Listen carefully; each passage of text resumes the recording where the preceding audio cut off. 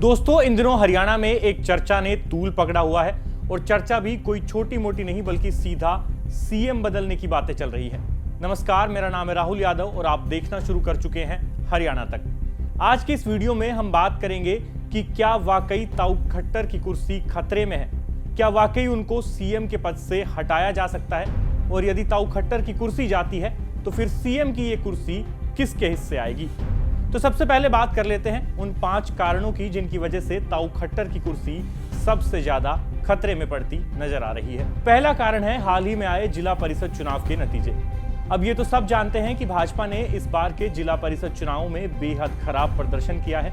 Party ने कुल 411 में से 102 सीटों पर सिंबल के साथ चुनाव लड़ा, लेकिन सिर्फ 22 सीटें ही जीत पाई। ये हालात तो तब है जब भाजपा ने अपनी पसंद के 6 जिलों में ही सिंबल पर चुनाव लड़ा, जहां पार्टी को लगता था कि वो मजबूत स्थिति में है। निकाय चुनाव के मुकाबले ग्रामीण अंचल में भाजपा का खराब प्रदर्शन पार्टी के लिए खतरे की घंटी है। हालांकि भाजपा दावा कर रही है कि अधिकतर जिला प्रमुख उनकी ही पार्टी से होंगे, मगर सच्चाई यही है कि भाजपा के सिंबल पर चुनाव लड़े उम्मीदवारों को जबरदस्त हार का सामना करना पड़ा है।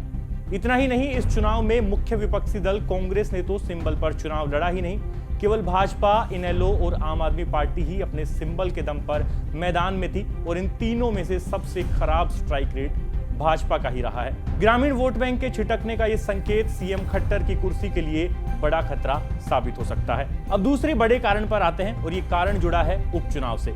एलनाबाद और बड़ौदा के उपचुनाव के बाद भले ही आदमपुर में भाजपा जीतने में कामयाब रही, मगर कांग्रेस उम्मीदवार जयप्रकाश को 50,000 से अधिक वोट मिलना भजनलाल परिवार के लिए तो खतरे की घंटी बनी ही, साथ ही भाजपा के लिए भी ये कोई अच्छा संकेत नहीं था, क्योंकि आदमपुर में भव्य के पास चौधरी भजनलाल की धरोहर तो साथ थी ही, साथ ही साथ भाजपा का सिंबल कमल भी भव्य के साथ था। बावजूद इसके भव्य की जीत का मार्जिन बढ़ने की बजाय उल्टा घट गया।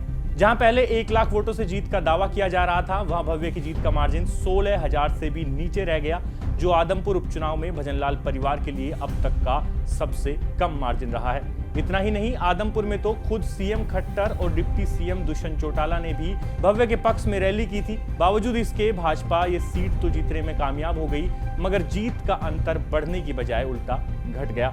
आदमपुर से पहले भाजपा बड़ौदा और एलनाबाद का उपचुनाव पहले ही हार चुकी है।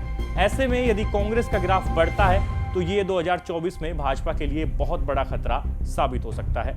आगे बढ़ते हैं तीसरे बड़े कारण की ओर। तीसरा बड़ा कारण जुड़ा है भाजपा जजपा गठबंधन से। 75 पार का नारा देने वाली भाजपा ने सीएम मनोहर लाल के नेतृत्व में 2019 का चुनाव लड़ा, मगर बहुमत का आंकड़ा नहीं जुटा पाई और फिर जेजेपी के साथ मिलकर सरकार बनानी पड़ी।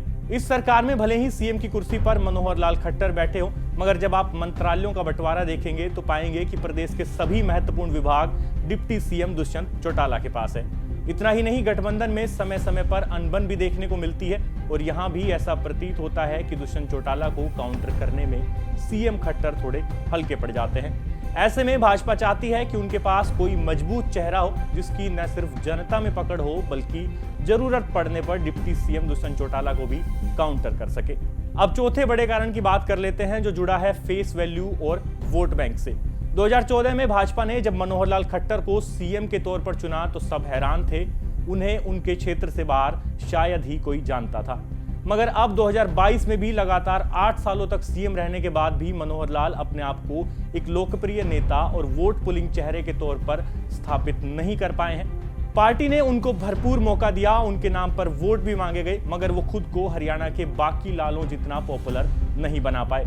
खट्टर खुद पंजाबी समुदाय से आते हैं, मगर भाजपा का एक बड़ा वोट बैंक पिछड़ा वर्ग भी है। ऐसे में बार बार ये बात उठती है कि भाजपा पिछड़ा वर्ग से किसी को सीएम की कुर्सी दे सकती है, क्योंकि भरपूर मौके देने के बाद भी मनोहर लाल खुद को एक मशहूर और पर्सनल वोट बैंक वाला नेता साबित करने में फेल हुए हैं। अब आते हैं 5वें और अंतिम कारण की ओर। जब भी किसी राज्य में सत्ता परिवर्तन की बात आती है तो भाजपा इसको लेकर खूब एक्सपेरिमेंट करती है।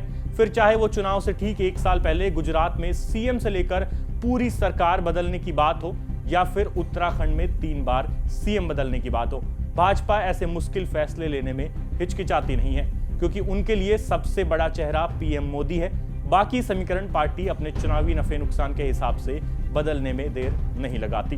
इसलिए हैरान मत होइएगा यदि आपको हरियाणा में भी गुजरात की तर्ज पर मंत्रिमंडल से लेकर सीएम तक में बदलाव देखने को मिल सकता है। तो ये वो 5 बड़ी वजह हैं जो सीएम खट्टर की कुर्सी के लिए खतरा साबित हो सकती है।